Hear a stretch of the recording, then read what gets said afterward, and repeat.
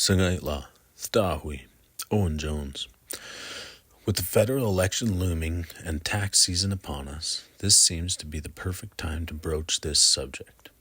Taxes, specifically the TD1 form. This, to me, only serves to silo and segregate our people, even after recognition of title for our people. Why does Indian A on Haida Gwaii, who lives off reserve but works on reserve, get a tax-free option, when Indian B gets taxed because they live and work off reserve, even though they work for the same organization?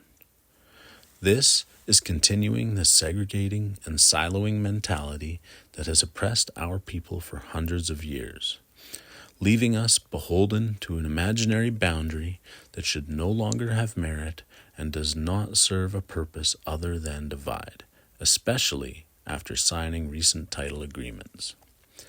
These Indian reserves and boundaries placed upon our people have instilled this oppressed mindset in our people over many years.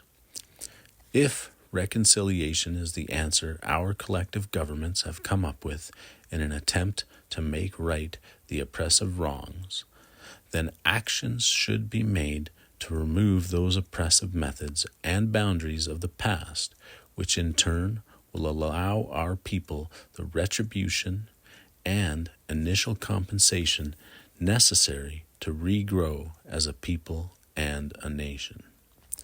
At this time, it's important to note that Trudeau literally removed GST and HST in late 2024, which equates to much more than our island's taxes could ever compare to, meaning the feasibility of tax adjustments aren't out of the question.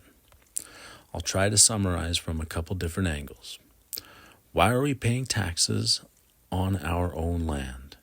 And why are we as humans still siloed and segregated and quite honestly classed, tested, and measured based on how often we relate to this invisible so-called Indian Reserve boundary? When it comes to citizens not of Haida ancestry, shouldn't their taxes be going to Haida Gwaii to assist with nation building? Why does Indian A get a tax break for associating with the reserve by living and or working on reserve? And why doesn't Indian B get a tax break simply because they work or live off reserve?